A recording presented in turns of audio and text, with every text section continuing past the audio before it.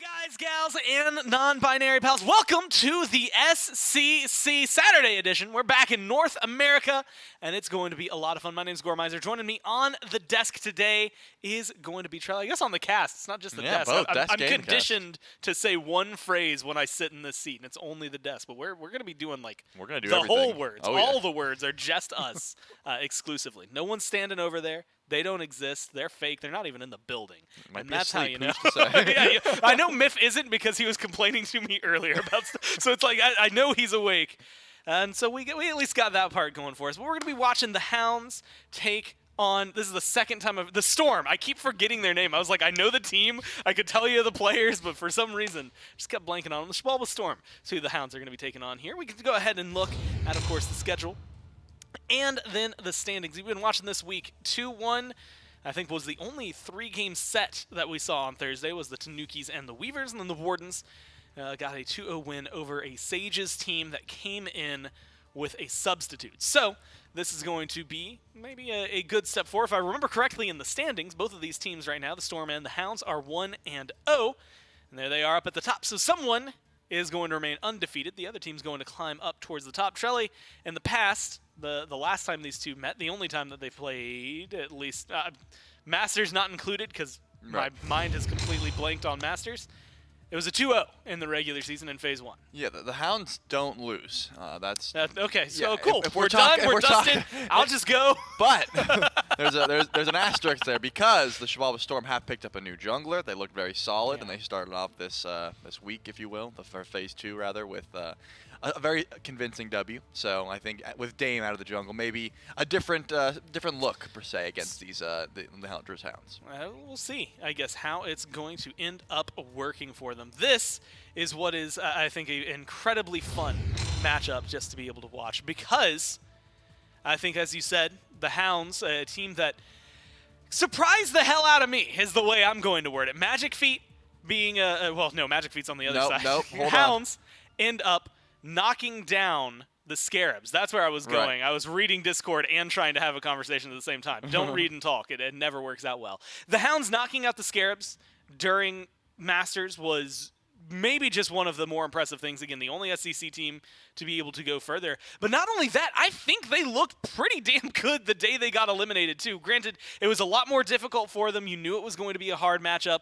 But I think the fact that they still were able to kind of hold their own and at least push some of those SBL teams a little more to the limit, quote unquote, I think was impressive. And so this is a team that I'm going to keep my eye on. Yeah, definitely. I think Oath Through the Jungle has been absolutely dominant in this league. Is it a league, a circuit, if you will, whichever one you want to call it. I guess the Smite Pro League, Smite Challenger Circuit. We'll call it the circuit. Oath has been absolutely dominant in this circuit Through the Jungle, being able to just, I'm not going to say outplay everyone, just farm the map better. And it seems like he's always so mobile. He's able to use that influence throughout, even in far right lane, far left lane, wherever it is. You never really know where he's going to be. And he's on these different style of picks that not everyone's playing right now. The set, how many people are playing set right now, things like that. These hard carry potential characters that usually take a little bit of extra mechanical skill, but are very rewarding if you can play them. And he's proven time and time again that he can play them. And now that I'm looking back on the history of it, I'm pretty sure the Storm only lost to the Hounds last time. So this is going to be an even more powerful matchup, knowing the history between these two. It was a 2-0 loss for them, but looking at them, you had mentioned it, Dame, last week subbing in for the jungle.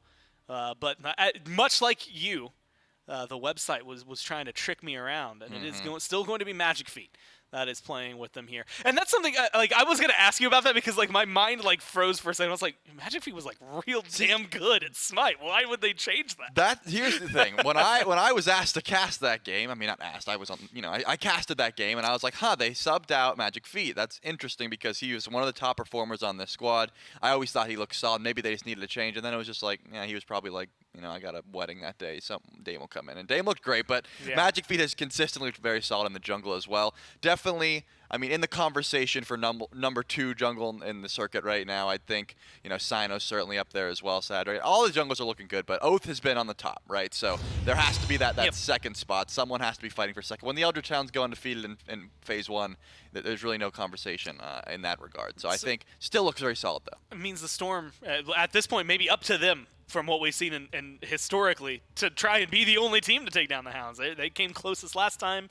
Well, maybe not, I guess, in terms of map score, because, you know, there were a couple others that went 2-1. One was 0-2. It's going to be the Hounds in first pick, though, and we'll see how they decide to adjust up against the Storm. Now, a lot of what we've been seeing in the SCC has been, again, very similar to what you expect in the SPL, very, you know, much in the same vein. Right. And if you're talking about 2 junglers, Magic Feet here and Oath, I was going to say, like, Mercury seems to be someone that you don't want to be out there. Nemesis probably gets banned away, things like that you just do not want them to play. Yeah, definitely. I think Magic Feet has been having a bit of an identity crisis in the jungle. When they were here at 4 Masters in studio, I talked to him. And I was just saying, you know, how come you were playing Chalk? You know, how come you were playing these things that aren't very good right now? And he's just like, you know, this meta confused us for a bit. We're trying to figure out what style of jungle we want, that sort of thing. And I'm hoping they found, you know, their home in the jungle. Kleena is one of his best picks, and it will be banned away. There's so more the so spirit. trying to target Oath than get themselves something they're comfortable on. And Baron is going to be locked in right away. Probably for the solo lane, just so much pressure. It provides a lot of CC, and as long as you're sitting pretty far back in the lane until about, you know, level 20 or so, you should be just fine. It's interesting to see, you know, like Mercury, Nemesis, again, things that we're used to seeing here. Moja, she's been up at the top as a ban and a pick for ages. Olarun seems like it's something that is a little more niche, but the Odin, to me, is the one that stands out the most, because, like, I can't remember the last time. Well, that's not true. I know exactly the last time we saw an Odin played, but I'm not allowed to say it because I think they're doing something with it. Hindu yelled at me yesterday because he was like, "Don't." Well, not yell, but he was like, "You like look this up for me," and he's like, "Don't tell anybody my stats." Okay, well, I don't know what's going on. I have no idea what he you're asked me alluding like to. 5 questions, and I was like, "Yeah, I'll find them." Like, this is really weird though. But yeah, no, like Odin's like just not present. Right. So like ever? what that is an Uzi ban. It's just a pick that Uzi likes. No one else is playing Odin right now. He likes cages, I suppose. He wants to cage the bear, and he wants to cage the AMC, and the Hounds don't want that to happen, so they are just going to take that away. When I think of Uzi picks, there's like 3 of them. It's like Odin, RDO, and some other one it's escaped me right now. But trust me, the Odin is an Uzi pick, and they are going to ban that one away. The Hounds did their homework here. And now double ADC going to be locked in for the Storm. I would assume the Chernobog in the solo lane, but when was the last time I don't think I've ever seen Uzi play a Hunter, so that would be interesting. It'd be a fresh look, right? I mean, I guess, well, I was going to say, I guess we've seen one of these. I think Chernobog last year got played in mid a couple of times, but it would have been like Dardes. Maybe that was season 7 as well, like murky in the waters with where those are. That's so back, actually. That's lurking in the waters. Yeah, exactly.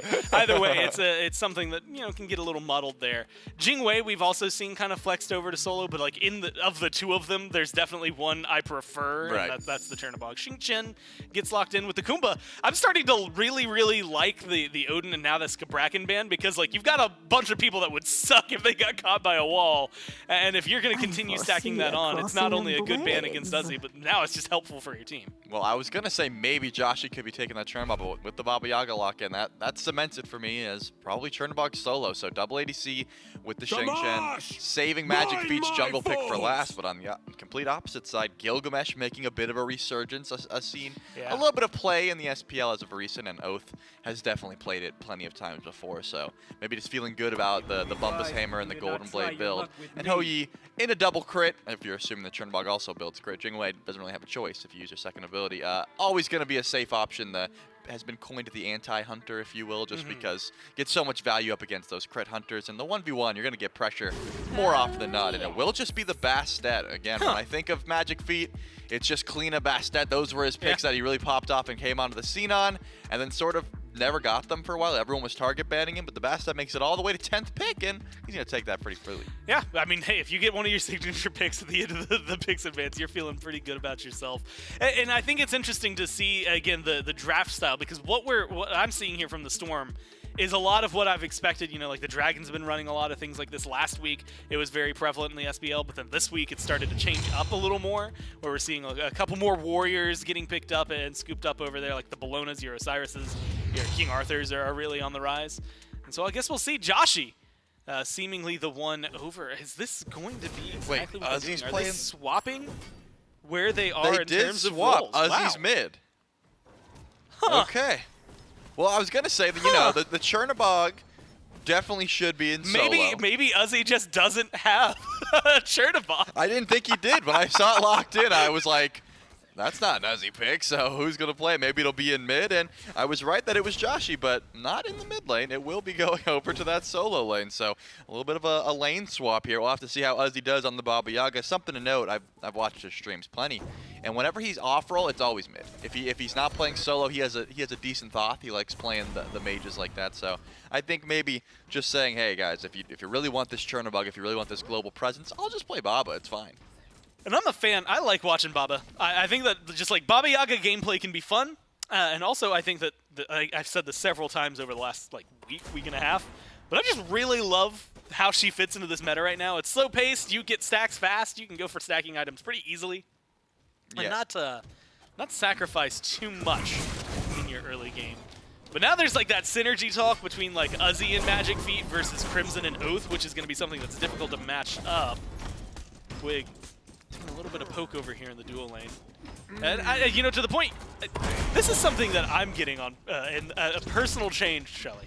After 9-5, I think unless they get into like the 1/6 range inside like the first couple of minutes, they might not die. Like it might not even be worth mentioning sometimes. Because I don't know that Quig was even sweating it. No, he's using his belly bump to aggress at this point, so not too worried about the damage output in the dual lane. But Magic V going for a very early gank here on a Remakami. Remakami does have teleport, no beads, but not enough damage coming out of the Bastet just yet. With that Morningstar start, you're getting even less, but Oath rotates over. Yeah, good drop kick into the wall. And now immediate disengage. It's just, can you save the blue buff? That's the game you're trying to play. Baron's going to rotate in. And it looks like just Oath got it with an auto attack. Get the last hit, and that's all you need. And so that's going to feel really good for them, not having that stripped away, and being able to waste a little bit of Magic Feet's time.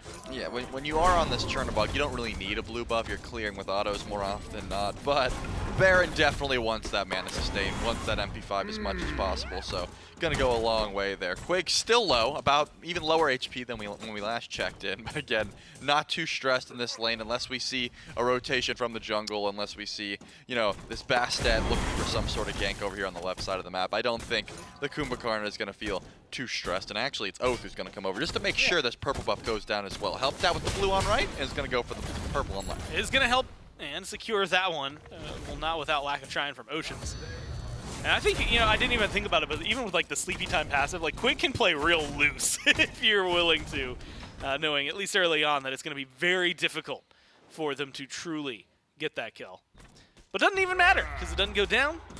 And they've been able to get all of their farm so far. And, you know, it's nothing wild. In fact, technically, the Hounds are down in gold by about 100-ish, or maybe 200. So it's not like a massive lead for either of these teams. You've just been securing your own buffs, no crazy invades that have been successful. And so now that we're hitting this level 5 mark, and specifically seeing ults thrown out, like even in mid for whatever reason, it comes down to the conversation of like Winds of Shamash, big slow, plus a stinger. I think that Crimson and Oath are going to be able to hunt people down if they want. Yeah, absolutely. We saw so many ults used at level 5 there. Obviously, Remakami hit 5 first, was able to get Joshi the beads. That's definitely massive. And then in the mid lane, Crimson used the stinger, and Uzi was forced into the home sweet home. And then Crimson just picked up the stinger and says, hey, I've got it back. Your ult is down now, but Oath is coming around. You're looking for Uzi, and it's stingered once again. Yeah, that's a lot of damage. And the autos just clean it up. There's not even anything, nothing fancy afterward. They didn't try to go for more. They just come in, they get the kill, you pick up the stinger, and you get first blood onto your AMC. That's part of the reason Trelly, he has been a top ban. Yeah, just out clears everyone right now. I mean, at least all the mid laners right now in the mid lane, and you just use that stinger, you can pick it back up, and you're ulting like a 12-second cooldown. You can't really deal with that right now in the mid lane. Uzi just doesn't have the damage, doesn't have the survivability on this Baba Yaga. We saw the first stinger, he goes up into the house, doesn't have that shield next time around, and great gank there from both of us in my Zen. forced into the airstrike early. Oceans left him alone on an island for a bit, and then was like, wait, these guys are getting aggressive. I'm going to come back and help out my Jingwei. And I like the way they're playing. I mean, it was just a base stun from Dude Man Bro, right? Like, nothing fancy, no ricochet shots, no like, dive bomb in. It was just cool. I'm going to lock you down, and we're either going to get your ult or we're going to kill you. And unfortunately for the Hounds, they don't get the kill. But, like you said, pulls the ult away. Any safety that you can strip from a Jingwei always feels good. And if they can get the beads sometime soon, they're probably going to feel better. Sun's dropped. And that is strictly a clear ult from Dude Man Bro. Like, he just wanted to back, just wanted to spend the gold and have that space. Yeah, when you're up against a Jingwei, the fighting opportunities don't present themselves too often, so you might as well just drop those Suns, finish your item, and get back real quick so you don't miss any items. Because Jingwei can back whenever she wants. She can simply just fly in. But Hou-Yi has to take this long trek back. You got the Xibalba, but it's going to take a while before you're able to clear. I think dropping the Suns just to make sure that you're not losing out on any farm is going to be a pretty solid idea. So Dude Man Bro will actually beat Zen back to the wave because of that. But again, I don't think really needs the ultimate unless a gank comes through to try and save yourself some face. But Josh is going into the ult here and just goes back down. Yeah, I thought we were about to see like a big pop off. Someone was going to start fighting. He might have ulted from base. I didn't get to see. So actually, yeah, you're right. You could have just, I mean, using it as like a faux teleport. But up into the epic uppercut, knocked down. There's Zen. There's the ult. Can Dude Man Bro find the shot? There's Mark of Golden Crow. There's the bounce off the tower. Oh, but the angle just not enough. Zen is able to squeak by, but now beats and ult one more time off the mark. Yeah, Dude Man Bro was decent at the geometry there, but just couldn't find the right balance. And again, beats and ult is still massive on a Jingwei, so maybe a regank opportunity. We do see Quake sort of hovering around this left lane, just trying to maybe help out a little bit. And Oceans recognizes this as well and starts running over, saying, no, my Jingwei, she's about to get dove underneath tower. The Xing Chen will be here just in case they get a little bit too over-aggressive. Given the positioning, though, I don't think there's going to be any more aggression here. As Oath and Magic Feet are going for a little brawl, but Crimson's level 9 already. You don't want to fight around this AMC right now. It's weird, though. Oath takes a lot of poke. And, like, that feel, like, you don't want to fight around Crimson, and especially with a dropkick stinger combo, like, that's just too much to handle. But also, Oath was really low. Maybe you want to get aggressive. It feels like windows like that are going to be very difficult to attain and find too often. I mean, you know, Rimikami has gone into the Warlock staff first, not something that we're usually seeing, I think, from a Baron solo, although much more hybrid, right? Like, he's going to be building some tanky, he's going to be building some power. This is like the perfect blend of both for him, outside of things like the E-staff that maybe help you out with kind of finding the fusion. But also, Oath is going to get tanky, and Quig's already getting tanky, so it's going to be difficult, I think, for the Storm to burn through a lot of the Hounds. The Hounds now are going for an invade. There's the Sun's dropped. Ult used by Zen. Beads still down for another minute. One's going to be diving under that tier 1. There's the toss back from Oceans. You've got the dive from Joshi. The damage is going to be there, although no one getting too low. Oceans goes forward. Mez out from Quig. They're going to slow them down, but not able to find the kill. Huge rotations, lots of ults, but not a single death. Well, yeah, not a single death. Say, not yet. It was a, I mean, Joshi rotates over, makes it a 4v4, because Magic Feet did not join that fight. He was still farming. Ramakami also didn't join, so a true 4v4 in every sense of the word, as if my Zen was the original target. It was a bit of a petered out fight where you go for the gank on a Jingwei, then you see what you can get after the fact, go for the purple buff invade, and then you realize Chernobog flew all the way over. So not really netting too much, still a massive lead in favor of the Hounds, given it that it's only 1-0. The gold after the fact, about 1,400 give or take, still in favor of the Hounds. So that's what you want to try to avoid. We can see that the Xibalba Storm not trying to get too active, more so sitting back and just trying to farm up. I think Joshi rotating over did help out the squad, but just losing farm. Ramakami has a level lead now.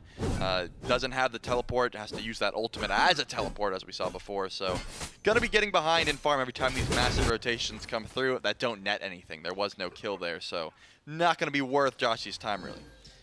Rimikami might be in a little bit of trouble. Magic Feet's here, gets the root. There's some damage in return. Oh, they are counting their lucky stars. The towers got buffed. Otherwise, that is going to be a kill for the Storm. And that's really, you know, looking back at like the gold charts is actually the most interesting. Maybe hold that thought. Magic Feet up and down through the epic uppercut, thrown against the wall thanks to Ocean's good peel from the Storm. and that's going to stop that kill from happening. But you mentioned it, you know, the Hounds now up, you know, a decent chunk of gold, the 1100, and it really was like dead even until First Blood. First Blood sends them right up, and then slowly but surely pulling gold back over and experience over in favor of the Eldritch Hounds since then. It's made things, at least in my eyes, a very interesting idea of how well they've been able to get their farm together after just one kill. And it looks like Pyromancer has spawned in over here on the right side of the map and will be pulled right now by by Oath and Quig. It's going to take a bit. They don't have too much damage, but given the fact that no one from the Storm is even close, I think this one will go down slowly but surely with the Rough Crimson coming over to help out with the DPS. Again, level 12 at 10 minutes.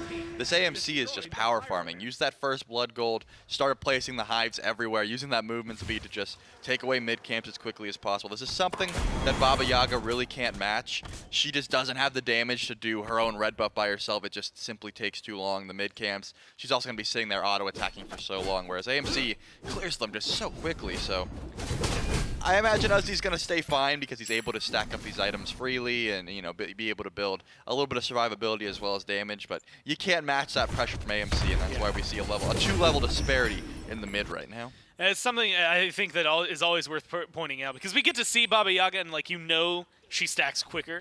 Rimikami, luckily, since he went for the Warlock staff, is in solo lane, has not left the lane for any ganks or anything.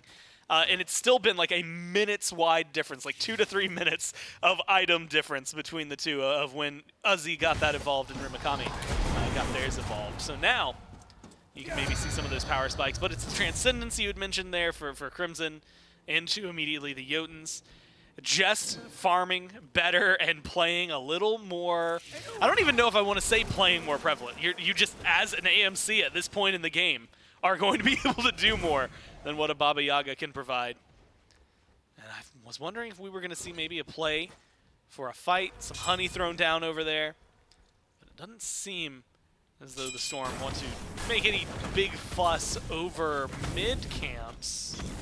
Yeah, it doesn't seem like Magic Feet's going to go in there. So Pyromancer plus the neutral farm outside of that going the way of the Hounds, they're just slowly but surely building themselves a lead. Yeah, Rimikami used the ult there, and Josh is able to fly in, so Rimikami should be going down here. Doesn't have the coffin, it has the juke shoes, but as long as the heal doesn't do too much, which it does, it's going to be a slow burn, though. Rimikami can't live those ones. And Joshy gets credit. That's probably who you wanted on right now, the level 13 Chernobog that is able to use that influence all over the map. But the Hounds realize there's a lot in right. We're going to pull Gold Fury. Yeah, you could see Oath kind of peek their way over, trying to find out if there was anything to be done and save them. Now, wings forward onto Uzi, goes for the zone.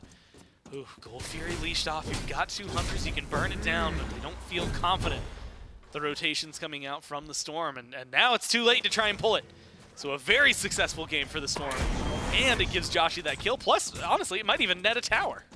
Yeah, there is going to be a lot of pressure in that lane. You are a Hunter, and since there's no one to stop it, Rimikami does have the teleport enabled, but wasn't able to get over there in time, and now you got a little bit of extra gold in your pocket to try and influence the rest of the map. I've been trying to wrap my head around what the meta Hunter builds are right now, Gore, because not even the pro players know. I've seen so many different builds. You know, you got the bows. We've seen some Bloodforge starts. Xibalba has been pretty prevalent, but Dude Man Bro going for the Yasti second item. This is something that I haven't seen in the SPL at all. Whereas Zen just wants the Atalantis bow, wants some crit online, and is just going to be trying to get as much DPS online as possible, whereas Dude Man Bro just wants some sustain. We're seeing a little bit of invades here, both supports rotating over as well. There's just not enough DPS to net a kill, so I don't think there's going to be too much going on at the moment. Just Ocean's trying to get some vision on this side of the map, trying to make sure no Gold Furies are being snuck.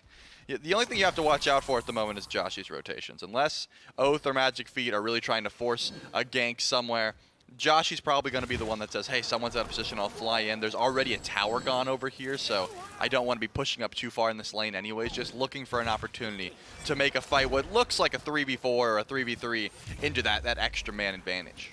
Yeah, that immediate capability of turning something that's even into a one-sided fight is impressive from a Chernobog. I also think, you know, it has been a pressure point for people that you know, Hunters are everywhere. But the build variety has been awesome to me. I think like that's like what you want to see. And of course what the Hounds want to see is this Gold Fury going down their way. There's going to be the live of the party, pulls Oceans in and gets the kill. Magic Feet dives in, tries to get the damage onto Dude Man Bro, who jumps into the winds of Shamash to try and chase that kill. Epic uppercut separates Uzi, and now Oath is back in there. Good CC from the Storm. Keep that one separated. And it is low health bars and chasing down Hunters, looking to do exactly what their name implies, hunt down the Storm. They're under that tier 1 in left. It doesn't seem like the rest of the team want to try and make this fight. Crimson has to play this carefully. No, you're squishing it and you're up against 2. The Aegis only gets you so far. Goes down for spreading themselves thin, and the team's not even gonna get the Gold Fury. Yeah, it seemed like I was just watching to see if anyone was going to spread the beads to half of the members of the Storm that were backing with 1 HP. Uzi goes untouched and is able to rotate in to make sure that Crimson falls down. And as you mentioned, if the Hounds didn't have the DPS, they were maybe just not the heads of peace of mind to go for that Fury with everyone still very low. And now it's going to go the way of the Storm. So kills pretty even in that fight, but a massive gold swing in favor of the Storm now that they were able to kill the AMC that was already pretty big in lane and get the Fury. I say massive in the sense of the swing, but only 600 gold up now. Climbing yourself back up from the gold lead that the Hounds have, that's the massive part, not how much gold they're up at the moment. Yeah, right, trying to find your way back into the game. And, well, hey, Gold Fury, that opens up one. Some of these kills have been opened up others. Pyromancer might just give you that lead you need.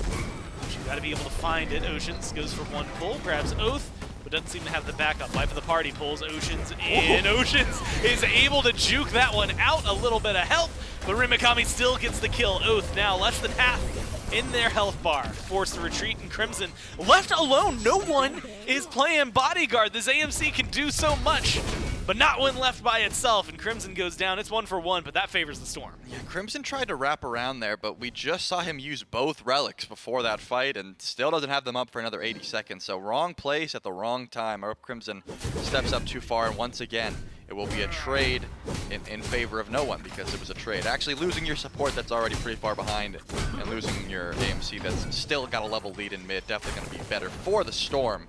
So that's going to go their way. As long as the Pyromancer doesn't drop. It looks like Oath is still very low here as Magic Feet's making the rotation, but maybe didn't even see the Gilgamesh. And we'll have to jump away defensively. Just a nice little leap out of there. Joshi, yeah, this one's just done. You could not have any chance. No beads, no Aegis, no way up into the sky. There was nothing to do there. And unfortunately, that is a death now for the Storm tacking things up.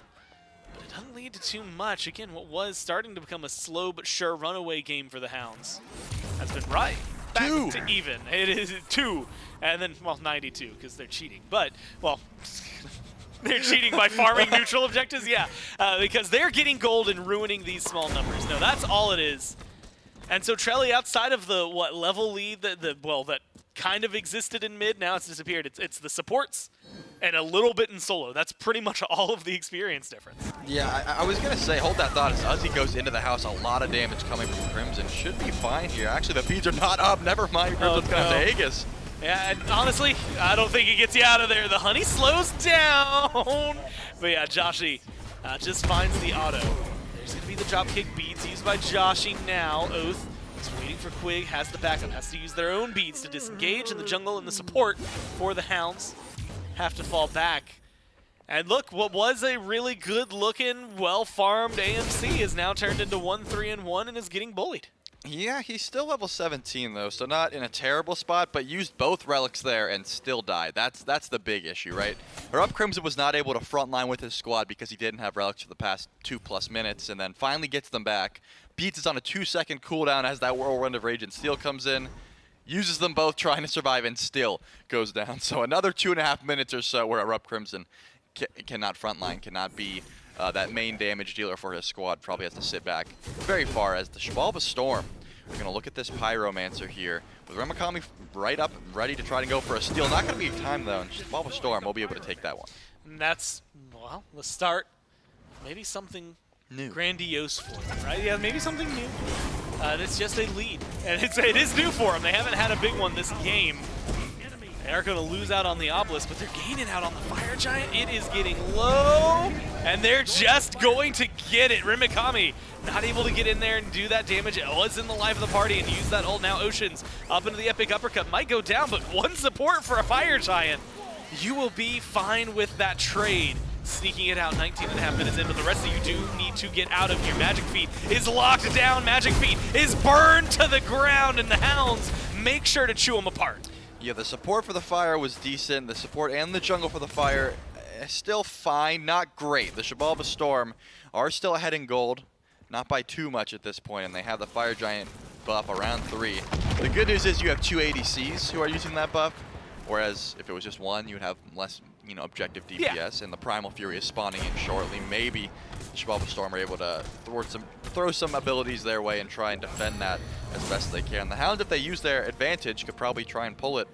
I mean, actually, I forgot that Oceans is only level 12, so he responds very quickly. Even though it's 20 minutes in, and that was a Fire Giant, that was still a very quick respawn. So the Xibalba Storm don't have to worry too much about the disadvantage because they're already back up. Magic Feet and Ocean spawn in. I was going to say, there's not a lot of magical damage on the Eldritch Hounds, right? That's why Ramakami's building the E-Staff, the Warlock Staff, because it's just Quig and Ramakami. Those are the magic damage doers. So we see that Oceans has the Sovereignty, the Breastplate, trying to go a lot of physical damage early on, but has not found too much success as an initiator. Just every time this Xing Chen goes in, usually gets sucked back in by life of the party and immediately damaged down, and the Hounds will go for this Primal Fury. I mean, at this point, take the fight. See what you can force. Sun's going to be dropped. Primal Fury goes to the Storm, and now they get to move forward. Oceans is looking to grab someone with that ult. No, misses, and then is kicked against the wall. Level 13 up into the air, and now looking to get taken down. Hounds, they're not going to be able to close the gap. Crimson is actually going to go down. Joshi finding some niche shots right through the uprights. Now Oath trying to chase anyone he can, but bites off more than they can chew. It's a 3-man swing and a steal, and they might be looking for more. Dude-Man Bro barely able to survive the damage from the Baba Yaga, and the Storm only back off because they're still a tier 1. In my Zen, just doing so much damage there. If you pay attention to that build, the Deathbringer was completed right before this fight started. A super auto from Zen was able to steal away that Gold Fury. It did 450 damage, which is certainly a crit. So enough damage just to make sure that objective goes down. And then after the fact was just free casting. So this Jing Wei, absolutely hard carrying that team fight, was able to just put out so much DPS when it looked like maybe Oceans was going to die there. Just was, too much damage to stop that one. But the tier 2 tower does not fall down. It doesn't look like the Storm are ready to tank this one just yet. The tower's still able to do a fair bit of damage, as we touched on once before. You don't want to tank those without the minions, so they will just have to back off there. Take the gold they earned, and now the gold lead is much more in favor of the Storm. The biggest gold lead we've seen thus far. And they're going to keep using it. They will back up and buy some items, but these tier 2 towers, they got 45 seconds. Maybe not, actually. I think they'll probably back up here. They don't want to force anything when the Fire Giant buff's going to fall off. Yeah, it's such a weird spot to be in, right? Because it's like you have this minute and a half now for FG to respawn. And there's nothing that you, like, I guess your jungle camps, which is what they're going to do, right? But, like, it's one of those weird, cool, I guess we go spend some money. We got 500 from the tower and a pretty good fight if you're the Storm. And that is going to be some power spikes. What is that? Soul Reaver just now I saw picked up for Uzi. So that's going to be even more powerful for them, along with the Deathbringer now. If you were thinking Zen was hitting harder earlier, well, that's just going to be incredibly devastating. The updated starter, or upgraded starter, is even more powerful for them. And so I think you're feeling pretty good if you're the Storm right now. Yeah, Zen has so much sustain now as well with the upgrade of the Death's Embrace. So Joshi is trying to match that amount of crit. If you see, he's 3-1 on this Chernobog. Has the Fail Not, has the Atalantis, but that Deathbringer not quite finished just yet. Needs a little bit more farm to do so. So this Cherno would love that power spike before Fire Giant gets pulled. Would love an upgraded starter item as well. If you're I would just play through the Jing Wei at the moment, though. Like we said, last fight, it seemed like Zen was, relatively free casting and just had so much DPS there. The peel was good. Oceans is doing his job. He's getting to the front line, setting up as much as possible, just doesn't live that long. We saw he went down to about 1 HP at the very start of that fight and then juked around in the purple buff as much as possible and was able to live there because of the raw DPS the Storm have at the moment. But needs to be a little bit tankier. Upgraded that breastplate, trying to help out with the auto attack damage coming his way is going to be a decent bit of protections, and Deathbringer will be finished. So Joshi getting a massive power spike as well. FG is about to respawn. And I was wondering, so we saw it burned pretty quickly by the Storm. Don't think that you can do that again, at least not as quickly without the response from the Hounds. Since they're in the area, then again, the Hounds have given up a lot of space. And it's not going to stop the Storm from just starting it up. Already half health But Rimikami, Quig, they see a lot more this time. No one stopped the DPS though, and it's gonna be a toss-up. Hounds get the Fire Giant, and now they're looking for a little bit more. Oceans goes down. Oath leading the way for their team, trying to find Joshi up into the air. Yeah, they should be able to lock that one down. The Chernobog low, and Rimikami finds the kill. Uzi, half health. Magic Feet, half health, and both forced to turn and run. Uzi, though, might not have chose the best path. Ricochet off the wall, and Dude Man Bro picks himself up a kill. I mean, this is the difference between an SPL-style Fire Giant and an SCC-style Fire Giant, because you never see a game this even in the SPL where someone's just going to 50-50 that objective with no real confirm, right? That was stolen away by a Hou-Yi auto attack, and there was no telling what the Storm's confirm was there. Like an ability from Uzi, that's not that much burst damage. So, I mean, the Storm making a not needed at all Hail Mary style play where they just 50-50 the Fire Giant, lose the fight after the fact, just seems like a massive dropped opportunity. They're still up in gold, even with that bird falling, but the Hounds have all the pressure in the world now. They can back up pretty freely. They can push down left lane. There's a lot of towers still to be grabbed. The game was just broken wide open by the Hounds. They let one Fire Giant slip through their fingers, and they're not going to let that one happen again. So props to Dude Man Bro for stealing that away with an auto attack, and now they're able to just get all the gold in the world. They should be all hitting level 20 here except for Quig, and they can upgrade those starter items, wait and get their team fight a little bit better. They won that pretty effortlessly, and now they have all these buffs in favor. There were some steals as well. I think I saw a red buff scooped away. Yeah, Oath actually is wearing it as of right now. So you have that going your way. Primal Fury, hey, guess what? It spawned. That should be easily burned. Not only does this team have a lot of damage and the double ADC, but they also have the Fire Giant still. So Primal Fury goes their way. This tier 1 in left exists only in technicality. 27 minutes in with a Fire Giant in these kinds of builds. That thing will go down fast if they get there. Joshi goes in, life of the party isn't going to pull in Joshi. Joshi goes to the wall. Ocean's now low, and Ocean's just deleted. Rimikami, credit for the kill. And Oath looking to once again herald in a team fight for their squad. It's going around, looping behind the tier 1.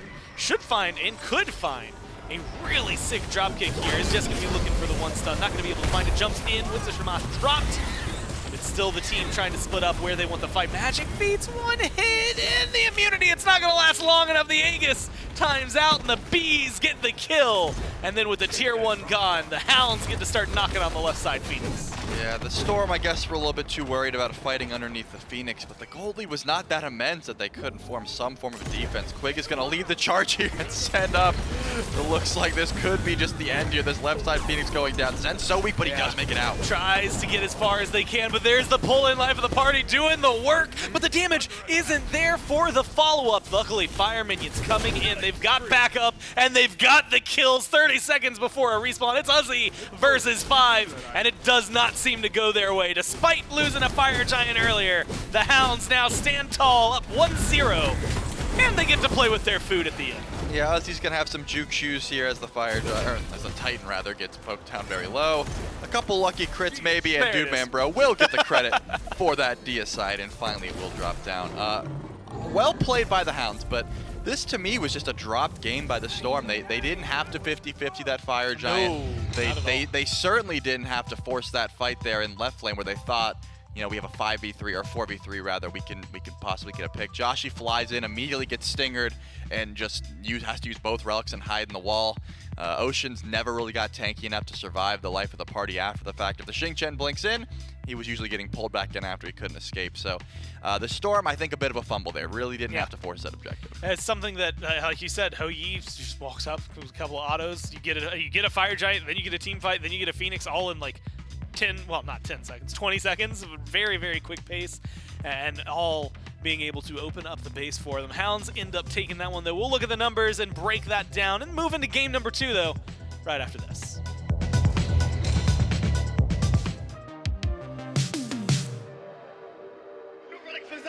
But he had the horsey, and horsey, don't you stop! Fido care! Fido! I gave up dabbing for Lynn. Cool. No more dabbing for Final. He looked at me and said, I'm going to be on that stage next year. I'm going to become a world champion. I will myself way through. Titan down for 3. A double kill myself.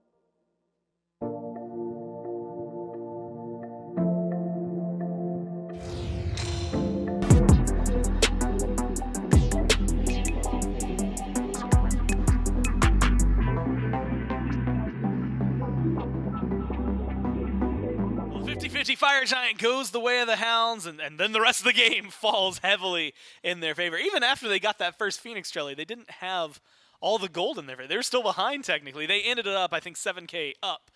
And the Hounds, start off well, fumble in the middle, come back with a resurgence there. And like you said, a lot of it is a little bit of proactive play from them, and then maybe a couple of slip-ups there from the Storm. Yeah, it seemed like, you're right, the Hounds came out swinging, and then Crimson used both relics, was trying to play as if he was very safe on that AMC, got picked once, then came back, got picked again. Yeah. And then one more time, he used both relics, and he was like, I'm going to live, got picked one more time, and then he was like, all right, I'm done with that. And again, it looked like the Storm had a pretty good handle on that game. They got the first Fire Giant pretty freely, and the second one spawned in, and they were like, we're going to go for this. We have no advantage. There's no pick. There's no... We just didn't have anything really going for us, and they were going to pull it. And, of course, it was stolen away by an auto attack from Dude Man Bro. I believe 125 damage was the auto attack. Wasn't even a crit. And then the Hounds just won the fight after the fact. So even if the Fire Giant did go the way of the Storm there, I don't think they were going to win the fight after. They just used so much to try and confirm that one and took way too much damage. Yeah, I honestly think that this is one that... I mean, yeah, like you said, certain moments, even that first Fire Giant, and it has to be said, like, Remikami was nearby, but was up in the life of the party and channeled the full thing, as opposed to maybe, like, canceling out and trying to throw an ability out for a steal. So even the first one was semi-50-50. the second one was fully 50-50, and this is how impressive that fight was. Again, Rimikami, I think, being the forefront they needed outside of Quig, right? Quig would go forward, find a really good epic uppercut, maybe a really good mez, but this ult that we got consistently from Rimikami, either constantly bringing down oceans or tugging in people, I think even at the very end of the game, and that base, like just keeping the Jing Wei teetering away, you can't get back to the base, Zen couldn't fall back to heal. And that made it a lot easier for the Hounds to find those kills. Slash lines don't look crazy. A lot of good assist numbers there for the Hounds as they worked as a unit. But for the most part, it is just a very successful team fight and some 31,000 damage that comes out from Crimson. Maybe a little part of why they won is the AMC hitting so obnoxiously hard, I would even say. Yeah, Uzi actually did more, though, surprisingly. The Baba Yaga was still able to output just about as much damage as that AMC, a little bit more. So they had some shining moments. They looked good, the Storm. I would say like tweak two or three different mistakes there, and that game could have went very differently. So now it's time for, I think, both of these teams to adapt, because the Hounds probably aren't happy with how that one ended either, or how it went in the middle, rather. Yeah. How it ended, they're definitely happy with. Yeah, they're clapping themselves on the back. They're like, you know what? We still got there in the game. Like, let's just not let a 19-minute Fire Giant slip through our hands next time. And maybe we can put more pressure on them. They're up 1-0, and they will be first pick one more time. So the Hounds were leading. Last time it was just a simple Ola run. Odin, Yamoja as their three bans. Mercury, Nemesis, Kleena were the bans on the other side. And you can see some of those line up with the top bans against these teams. Some of those don't. But Odin, whether it's in that top 6 or not, does not matter up against the bans for the Storm. The Hounds don't want to deal with it. Yeah, it's interesting because what we just saw last game, Uzi's not even playing solo, and Odin is still getting banned. So I'm not sure if they're going to do that role swap again. It was more so because the Chernobog got through, I thought. So if the Hounds grab Chernobog here, maybe Joshi just goes back to mid. Or not Joshi, maybe, Joshi and Uzi. Uzi goes back to solo. That's what I'm trying to say. My brain, does things. But Yamoja's just going to be grabbed here. Was banned away last time. It's a Saturday morning. Yeah, I'm getting in there. But Yamoja's going to be grabbed. A solid pick there, was banned away last time. Going to bring a lot of control for Quig to be able to control that now, lane. I'm surprised to see some of the changes in the bans. So Yamoja gets let through this time because the Kumba was banned by the Storm. So the Hounds want to first pick that. They choose to ban the Baron. Right. And the same top two, granted a different order. They go for it was Chernobog, Jing Wei last time. Now it's Jing Wei, Chernobog. Huge change up. But they go for that. And this is exactly what I was thinking, was that AMC did a ton of damage. You've got rid of the things that are, or at least the immediate problems you think you're going to have. If you dare. And so it feels like this top 2, or top 3, even though there's some changes for the Hounds, has maybe stepped forward from what we just saw. The Erlong Shin, still a little technically flexible, but usually been jungle, so like him versus Gilgamesh is maybe a conversation to be had. Dropkick versus like the 9 turns Blessing. One has a much lower cooldown, but other than that, their draft feels like it's upgraded. Yeah, I would say at the moment the Storm probably knew this was coming, right? That the AMC, they didn't have problems killing the AMC. That was never the issue. He was going to get a ton of damage off. Crimson was going to land those stingers, but the more often than not, the first pick of the fight, if it went the way of the Storm, was the AMC. And what they've done here is they've grabbed the Fenrir, which brings the same amount of control and CC as the Huntress of Bast, but just so much easier to land. Ragnarok, a jump stun into a Ragnarok is going to get AMC beats every single time, and then you can just kill him next time. So I like what they've done here. They've added a little bit more early presence, and just a little bit easier to execute the CC that they have currently. Erlong Shen is different than the Gilgamesh. They both have a decent bit of auto attack damage, dive, and CC, but Brutalize is just a lot better on the Erlong Shen, so I think in the jungle matchup specifically, it's going to be going the way of the Fenrir if you are ahead. If Fenrir gets behind, just gets torn apart by this comp. I mean, so many ways to cancel out the Brutalize with the Stinger from AMC, with the ult from Cupid even, so. And it looks like Ullr's being hovered. Is this a triple ADC comp? And they locked it in, so yeah, they're going to have triple ADC. I mean, that Xing Qin ban makes way more sense to me. No, I see that. I'm just trying to, I mean, Crimson, who's the best solo lane? I guess Ullr. That's probably Ullr in the solo lane. Ramakami said ban the Baron. I don't want it. I'm playing Ullr. I want to get active in that lane. Because the AMC's got to be going back to Crimson, yeah, right? I would not want to take that away from him. Right. Yeah, but Ullr, I like Ullr in solo just because like he kind of sucks with his mana usage early on. Like it feels really low. That's why Transcendence is like such a huge item for him. can get a blue buff, you feel a lot better. You can start farming up. Is that how you feel? Yeah, that's how you're feeling. You Yeah, got to whenever bounce you the get a- shoulders. when you get a blue buff, you yeah, just you do get the one blue of buff. You gotta, these. you start to bounce it up, and you feel it in your soul. Up against the Chernobog, guess someone's gonna have way better rotations. But oh no, wait. With Bologna on the board, he's going up against the Bologna. This is all over the place, Let's man. just This see. is gonna be Let's just fun. see what Yeah. we're looking at. In the game, what these teams are going to be bringing us. And you know what? We have seen two forms of Triple Hunter. We have seen absolute steamroll. You don't even get a chance to play the game that much in forms of Triple Hunter. And we've seen, all right, we lost real hard and can't really do much because we're all behind and we're all squishy.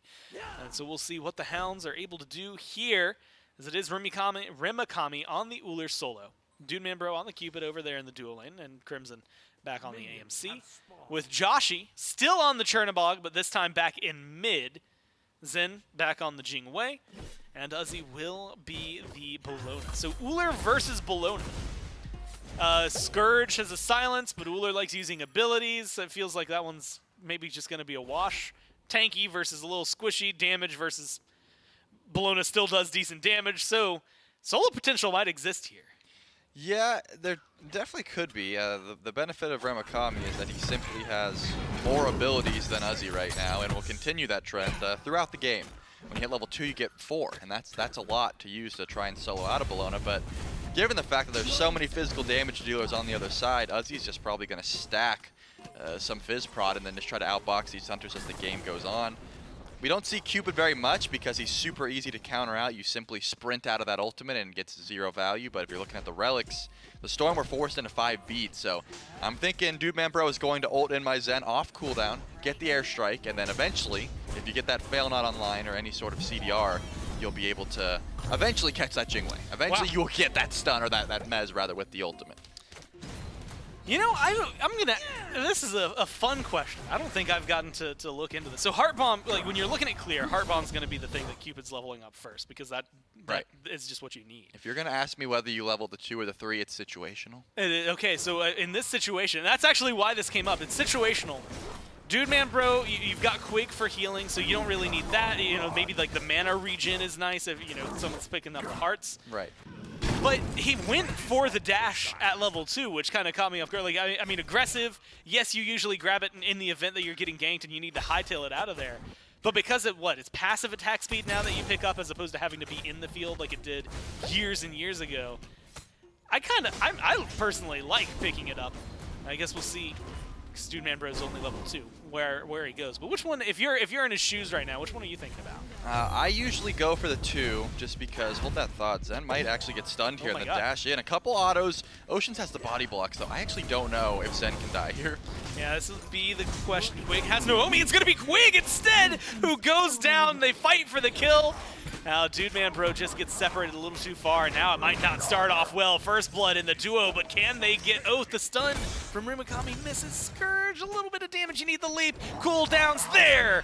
And Magic Feet's going to put up a second on the board for the Storm. Yeah, I was going to say, as long as the leap lands, should be an easy kill there, and Rimakami jumps away immediately. That Brutalize was coming back up. I don't think Rimakami can steal away that blue, so that will go the way of the Storm. Great plays here by the Fenrir. This is what you want to do. You want to get extremely active early on, and Oath went for that Mannequin Scepter. I mean, Mifflin says it every single time this Erlong Shen gets locked in. Erlong Shen. Feast or famine, right? Oh, that one. Does he say that too? Hey, he likes to. I don't know if he does it as often. Okay, Erlong Shen. I say it too. Now I can be like Mifflin. That's my dream. Anyways. He's going to clip that and like make it his ringtone. But if he doesn't get online early, he's going to get bullied in this matchup. Oath was smart to get that beads. I mean, you just get bullied even harder if you can just get Ragnaroked and blown up every time. But still, there's no way for Erlang to cancel that Brutalize unless you're using your ultimate, that 9 turns blessing, to try and taunt him out of it. It's just so much damage coming out of this Fenrir. And with the Golden Blade start, you have to worry about the auto attacks too. That second ability is going to buff how much power this Fenrir is able to dish out. So I expect to see some pressure on this solo lane trying to get Uzi ahead. In a matchup where there's 3 hunters, having Bologna ahead and have a lot of Fizz Prot probably going to net you a pretty solid engage there. Yeah, this might be one of the easiest building games for Uzi. Although the downside, like Bologna, we've been seeing like Shogun's Kusari be a popular item because it bolsters your attack speed and you've got 2 hunters. That's an item that just kind of falls flat except for the passive here, but like, cool, you can instead get, what, your Berserker Shield if you wanted, or a Glad Shield if you prefer. Sovereignty's already going to be online for Oceans. Physical Prots feels like it's just going to be good. Great walls! I did not expect that amount of damage. Xin taken down in the duo lane. Quig still trying to get some work done. Dude, man, bro has no mana. Joshi, the autos, they're good, but do you have the slow? It might not matter. Magic Feet's here, and Magic Feet is diving. Going to be able to get out of there with barely any HP. Pulls Quig back. The bubble bounce isn't going to connect. The stun does the damage, but does not find the stun thanks to the beads. Quig can get kills here. Quig's trying to farm them up. They're so low, but the Omi, it's just not there. Yeah, I was gonna say, like, is this an opportunity for the Storm to get another kill onto this dual lane, or is Quig just gonna find like the clutchest bubble of his life and get a double? And I think the Storm recognized that as well. There's no reason to let that shutdown come through. There's no reason to get Magic Feet off a 2-0 Fenrir start, so they will just use the beads back up and take that win there. I realized, oh my gosh, Joshi dashed right into the Riptide. He's so dead. Oh, but it looks like the Defender of Olympus comes in to save him just in time. Joshi dashed right into that Riptide and probably could have found a death there, but Oceans was ready to help out the, I was going to say the ADC. He is an ADC in that regard, but he's the mid ADC, not the carry ADC. Yeah. Also, shout out to the Defender of Olympus. Good mitigations on that. It's really rare, at least in my, well, maybe not really rare. Maybe it's like a 60-40, right? It doesn't happen as often. Most of the time it's just, hey, I need to get over there. But being able to use it and actually help somebody live through something feels pretty good. And that Heart Bomb that was on Joshi did virtually no damage thanks to that. So good presence from Oceans. That ult's going to be down for a little bit. And that's something that is such an easy, you know, like wiffle ball setup or T-ball setup, is that they've got such a huge global presence. I mean, Joshi and Oceans at any given time can just decide to change the numbers of any given fight.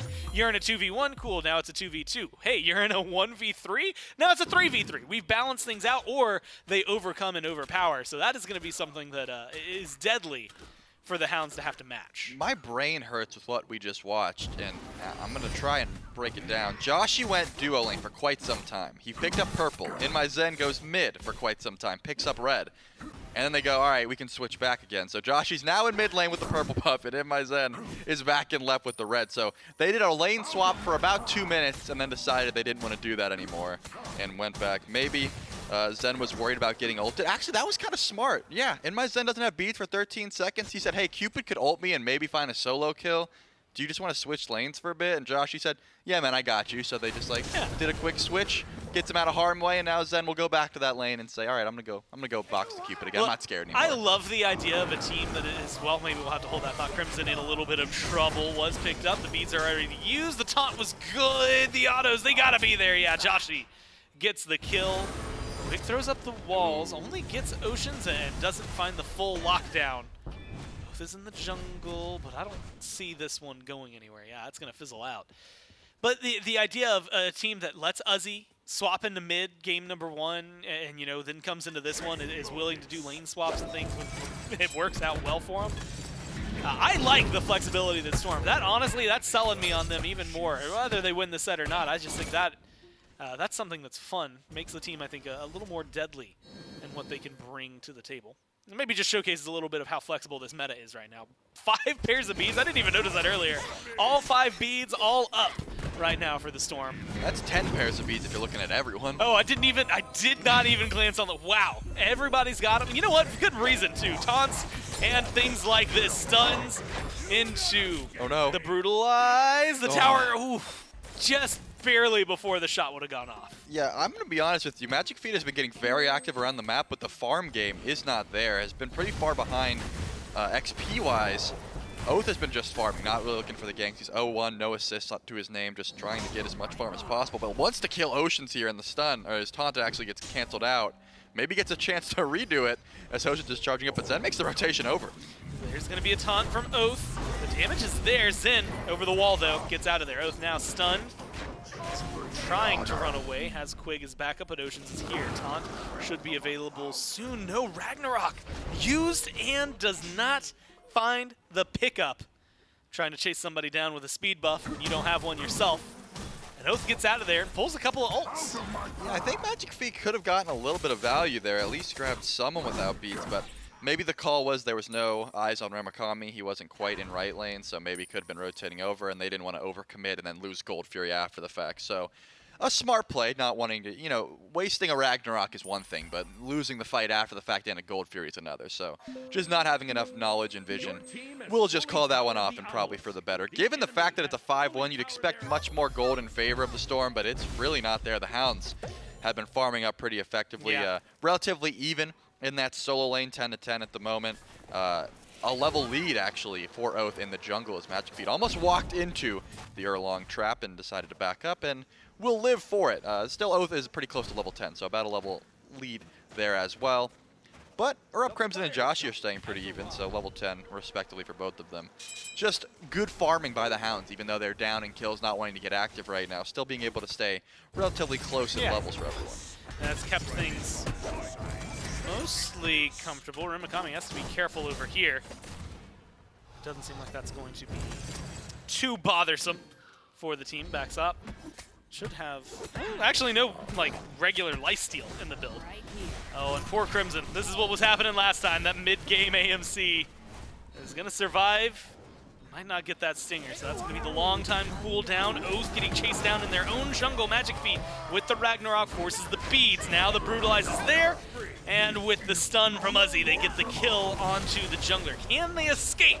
Is the question for the Storm. Joshi's low. Remakami forced to fall into the tier 1. Quig, the only one standing in the jungle against the Storm, just seems to want to save the speed buff. The Storm running away as quickly as they can, starting up a Pyromancer, but two-man bro, the rest of the squad, they're getting aggressive. They're going to go in here. Fields of Love drop down. The Hounds take the Pyromancer, and they're looking for blood afterward as well as he's low.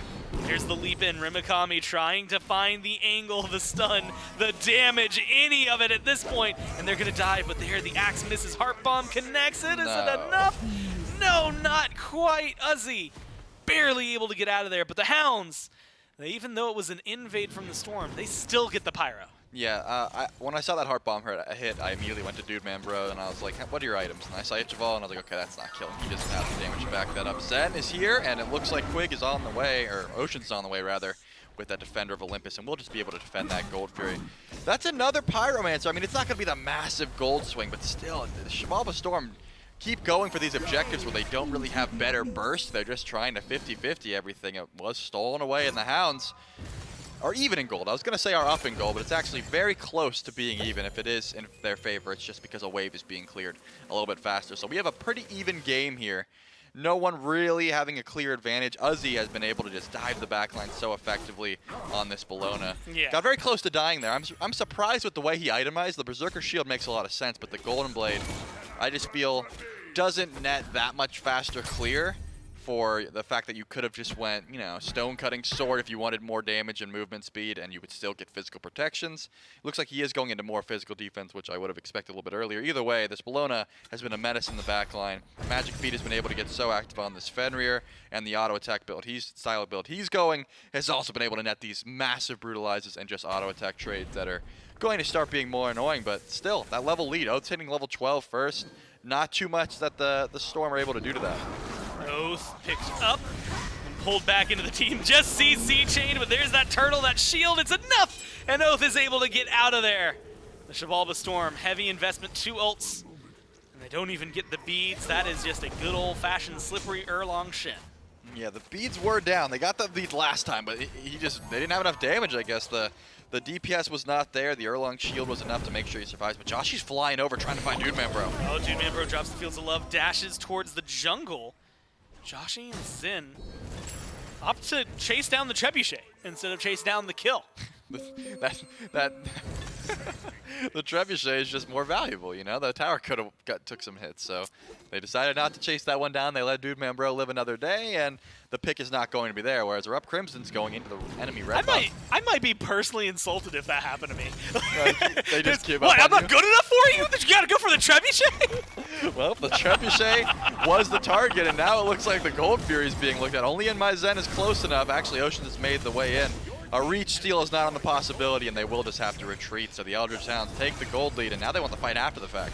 Good blink forward from Oath. Finds the taunt on the Oceans, just Oceans though. Now it's split between the red buff. Going to be dropped by the Chaos team, so Storm get that, but Ocean still loses their life. Stinger dropped, picked up, and with the kill, plus the Fury, plus, well, admittedly the Trebuchet lost, but a life still lived by Dude Man Bro. Feels like a win for the Hounds. Yeah, Uzi was able to get that tower in right though, so the gold is actually still in favor of the Storm because he was just split pushing the whole time. This Bellona, and honestly, I don't hate it.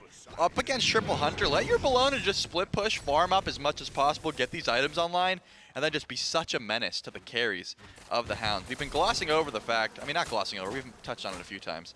Just all physical damage dealers, they have they have a great amount of penetration with that Stinger, as the Rough Crimson is probably getting chased down here, but too close to the tier 2 tower. Didn't want to chase that far into the enemy jungle. The Storm called that one off. Uzi should and is the glimmering ray of hope no matter what. The Bellona being able to just bully these Hunters late game has the horrific emblem, is going to be able to slow their attack speed, slow their movement speed, and their just raw damage output, and just be an absolute menace. So if this game goes late, I don't think the Storm are too worried about it either. It is interesting to note though, because as you said, you know, the Stinger, it feels like is the thing that enables this team. Stinger, you know, giving that huge amount of shred for the team. And I think to the point where, you know, unless you have something very similar outside of that, you know, with the AMC, like you probably can't run a comp like this as successfully. Granted, builds are going to be helpful. It looks like it's going to be a little bit of crit, a lot of attack speed down there for Dude Man Bro for now. And then hovering very similar items so far for Crimson and Rimakami. And I don't think that's going to be changing anytime soon with the hi-rez being picked up by Crimson just now. Quig needs to stay alive out of this one. Half health beats force. One Riptide gets you out of there. Walls are up, and that separates Magic Feet from the group, and that makes it a little bit easier. Quig almost out of there, but forces 2 ults to find the life of the support. There's the taunt onto Oath, pulls them in. Turtle barely gets him out of there, but the Phoenix is going to be enough that they have to disengage. Joshy went up as well, so that's 3 ults for 1 kill. Yeah, and it looks like Dude Man Bro didn't make that rotation, so the Fire Giant, the Pyromancer rather, will be looked at. I was going to say maybe the Fire Giant could be looked at here. Given the fact that it's a Storm, they wouldn't mind just 50-50, and of course they're going to. So Rimakami is here, or up Crimson's not too far away. Will they just try and go for it? There's a lot of burst coming out from the Ula, but they want the pick first. Yeah, I'm starting to have deja vu. I know how this one went last time. They started it up and were able to sneak it, except Oath. Crimson, they're here to make this fight. Picks around these carries can be big. Oath goes in. They're getting low. The Fire Giant is actually assisting the Hounds here with the damage that it's got out there. Oceans is just 1 hit. There's going to be the kill. Crimson now leading the way, chasing down Uzi. This Fire Giant at 16 minutes has fallen apart. Yeah, you've got the stun. The burn They're is on it. there. They're still on There's fire. going to be the kill. 3 down. Zen TKO'd, and the Fire Giant looking to be picked up by the Hounds 17.5 minutes in. I mean, name a duo more iconic than the Storm pulling fires. They don't have to. They won the fight. They had so much presence there. They got Pyromancer. That was great. And they're like, we can throw the game if you want. You guys want to throw the game? Yeah, what if we, like, lost, though? I don't know. It didn't seem like that necessary. And the way they've itemized, we touched on this a bit, and we've got some downtime here because it doesn't look like the Xibalba Storm are going to step up at all. Yeah. You got Oath, who's going to initiate, right? The 9 turns Blessing, he has Executioner. He's going to shred down as many protections as he can, and then the Stinger follows by Erupt Crimson after the fact. At that point, it doesn't matter if you have 325 Fizz Prot. You're not going to be winning that trade. An opportunity to find a pick onto Oath here, but all of the Hounds are on the way, and it looks like Oceans is going to be in some trouble. Yeah, Oath maybe help turn this around. There's Fields of Love.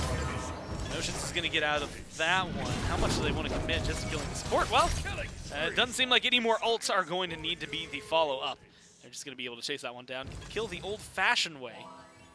And now they're grouping up on left. There's a group up on right, though, from the Storm, so looking to at least match tower for tower. Let's just see the base race. Yeah, we'll see how fast this goes. Look, I see 3 Hunters with a Fire Giant. I don't know if I want to race that. I don't think it races is going to work very well. Well, I didn't want them to. If I see that, I wouldn't pull the Fire Giant either. But the Storm, their mind is different than ours, Gore. They might think the base race is the best option. They will back up, as it looks like this left side Phoenix doesn't have too much contention at the moment. And it looks like, yeah, Joshy will stop his back and just go for that tier 2 tower. This Phoenix is absolutely melted. Honestly, at that point, well, no, with Joshy being the one who's back, the Chernobog might be able to join a little bit faster. Joshy's going to push his luck a little bit here. I feel like maybe, yeah, you just back off. Go for mid. It could have maybe pushed the fight in a 5v4, but I like them playing it safe. This is, you know, a question I have for you. And I'm just looking at Uzi's build. And this is all going to be, well, held on to as we look at this fight. There's going to be the jump in now from Uzi, trying to lead the way. Dude Man Bro's low. The Aegis getting a lot of value. Taunt is good, and the Cupid stays alive. Oath on the back line is able to find one onto Magic Feet. Quig is low. Quig will go down, but at what cost for the rest? Low health bar for Crimson, and they're able to pick that up. Oath trying their best to keep this going in their favor. Heart Bomb gets in, and it's a 3v2, but the low health bars for the Hounds, it's still working out for them. It's Oceans versus 3, and there's the full-on deicide still with the Fury afterward. The Hounds pull even more in their favor. Yeah, it looked like maybe they were trying to go for the end there, then they looked down at the respawn timers and decided, better just push our lead. There's a lot of towers still available for the Hounds here. They didn't really have the gold lead up until that Fire Giant, so a lot of these towers are still on the map and still pretty healthy. So I think the smart call there just to farm up and try to push their lead even further. This tower is going to go down pretty freely, and it looks like another win for the Hounds. The Storm are trying to find their way back into this game. They're trying to force as much as they can around these objectives, but they've let the game get away from them a little bit, and so much penetration is getting online for the Hounds as we see that Titan's Bane's being built for a rough Crimson. Dude Man Bro finishes the Silver Branch Bow. The Heartseeker gets finished for Ramakami. Just these are the big power spikes you didn't want to let this comp get to, because they already had a great amount of shred if they were able to use their abilities effectively, but now they just get them naturally through their build. That makes the fight even worse. Now here's the question I wanted to posit to you. Spectral Armor now online for Uzi, Breastplate. And the reason I think this question is entirely subjective, right? Because I think a lot of it is going to be preference for the items. But honestly, in my mind, I like the Spectral. But I'm starting to think, like, I look at the squad that the Hounds have, and I'm thinking, I'm like trying to stack up like Midgardian Mail, which is not something you can oft buy, but feels good against this. It's 4 auto attackers. And not only that, but maybe even like a Hide of the Nemi, like things that are maybe going to help their shells, maybe being a little more prevalent than they are in this game as of right now. Feels like there were maybe some auto attack centric items they could have gone, that could have helped out. But I just want to know, especially since they're backing off the Phoenix here, I can even ask, how do you feel? Like, do you think those items are they in a good enough spot that you could pick them, even though like they feel like they'd be good here, but sometimes they fall flat anyway? Yeah, I think Uzi might want to go towards a Frostbound or something, so not wanting to get the Midgardian because the attack speed slow doesn't stack with Midgardian and Frostbound and Witchblade. You can't stack all of those. One of them's fine, and I imagine Oceans will want to get a Witchblade at some point in the build. Usually it's Sovereignty into Witchblade when you're up against Hunters, but opted for the Breastplate Spirit Robe this time around. Uzi and Magic Feet went for the Horrific Emblem, so they have a fair bit of attack speed slows already, and I think Spectral usually pretty necessary when you're up against a bunch of Hunters, but Crimson and Ramakami are just ability-based. They're not going for any crazy amount of crit. And Dude Man Bro just has Atalantis Bow. He's going for the Silver Branch procs, the Itch of All, and once you max that dash, you should be proccing that Silver Branch pretty much all the time as long as you upgrade that starter. And while we were talking, Fire Giant spawned in, and while we were talking, the Storm didn't care about it. They're on the left side of the map, and that was the most uncontested Fire Giant we've had all set. Yeah, and that's wild to say, because they're just trying to get as much gold as possible. Josh is in left lane once again. The Hounds are able to just run down right. Yeah, this is where I think things are getting very interesting to me. I mean, you know, the Hounds with this level, like this kind of build, this kind of comp, and a Fire Giant, even 23 minutes in, not EFG, just regular Fire Giant. They steamroll objectives, man. Like, they are going to kill any towers, any Phoenixes.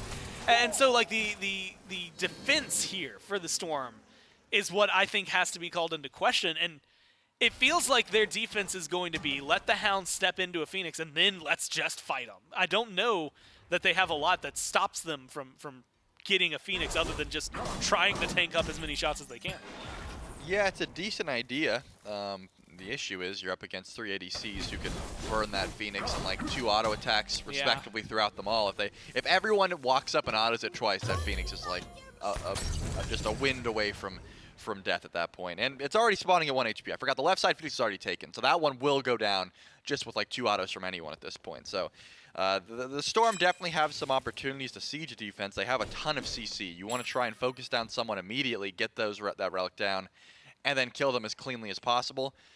They just have so much to deal with. It doesn't seem like anti-heal has been that prioritized for the Storm. There's a Yemoja on the other side. There's a Cupid on the other side. There's an Erlong Shen on the other side, and they haven't really cared about that. The sustain is certainly something that will be called into question here, especially with the Fire Giant regen as well. So the Storm need a clean pick here, and it's not going to be handed to them. It's not going to be gift wrap for them.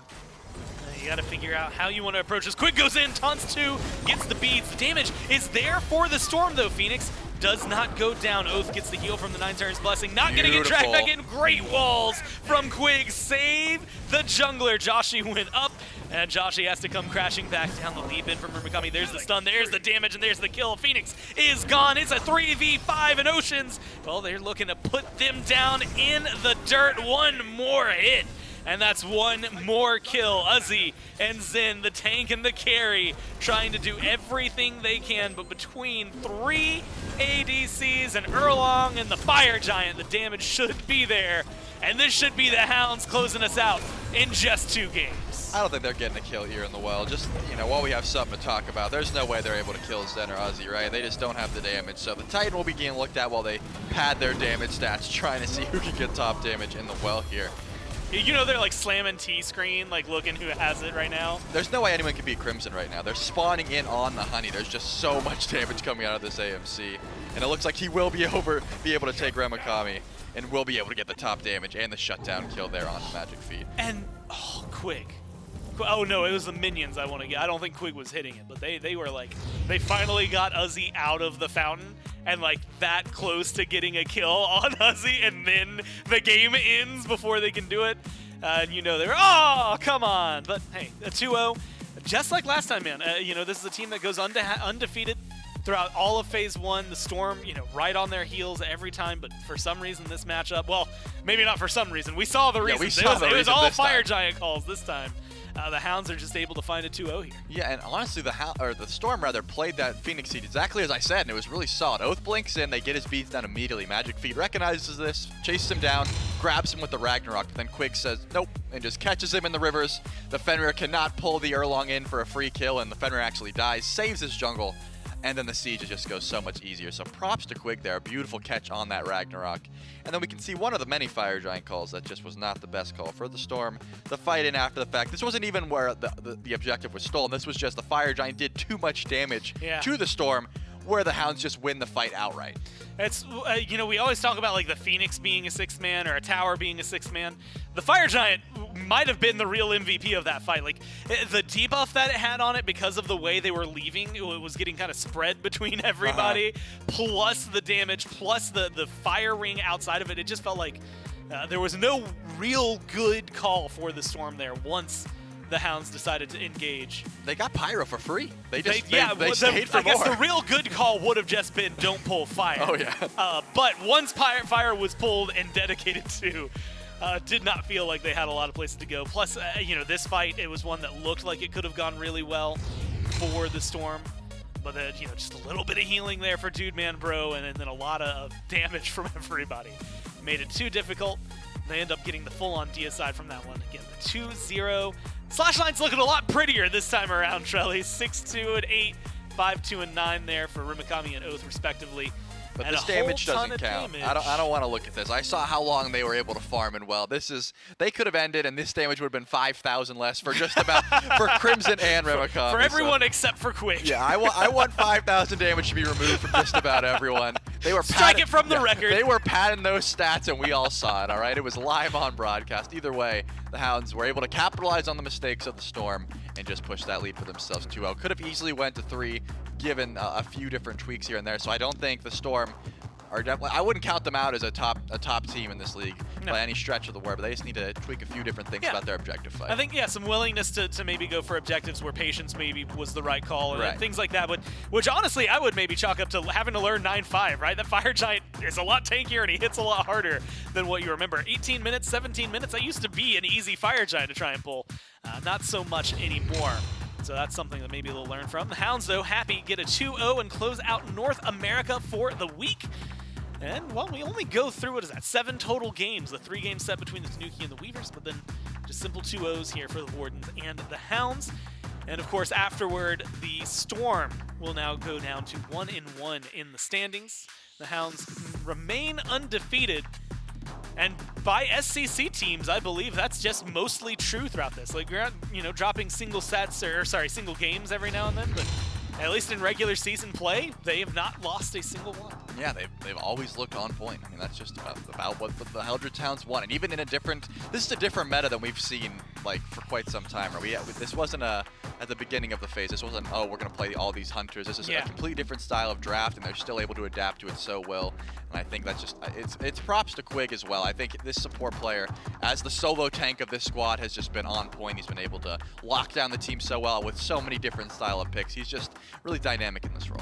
Has so far, again, been clean. Fun to watch the Hounds every time they come through. And again, maybe like a personal team that I'm keeping track of just because of their success over Masters. Now, of course, this was just the SCC. The SPL, it's got a little bit to go, about 40 minutes before we kick into that, but it's going to be the Scarabs playing up against the Valks. So you've got plenty of time. If you're just now waking up, you want to grab lunch or something, you've got a nice amount to relax. We'll be back here at 1. It's going to be a hot set, so we'll see you in just a few minutes.